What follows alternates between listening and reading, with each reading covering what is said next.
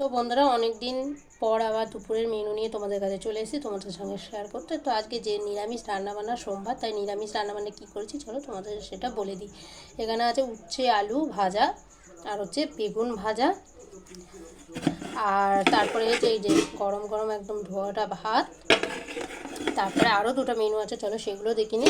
এখানে আছে আলু পনির আর কড়াইশুঁটি দিয়ে কাজু কিশমিশ দিয়ে এটা রান্না করেছি, আলু পনির কড়াইশুঁটির তরকারি।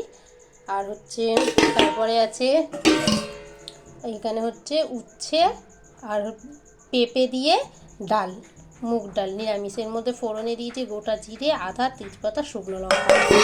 আর এই পনিরের তরকারি তোর মধ্যে বললাম কাজু কিশমিশ, হচ্ছে আদা, লঙ্কা, গোটা জিরে, টমেটো বাটা। এই যে নিরামিষ তরকারিটা করেছি আলু কড়াইশুঁটি পনিরের।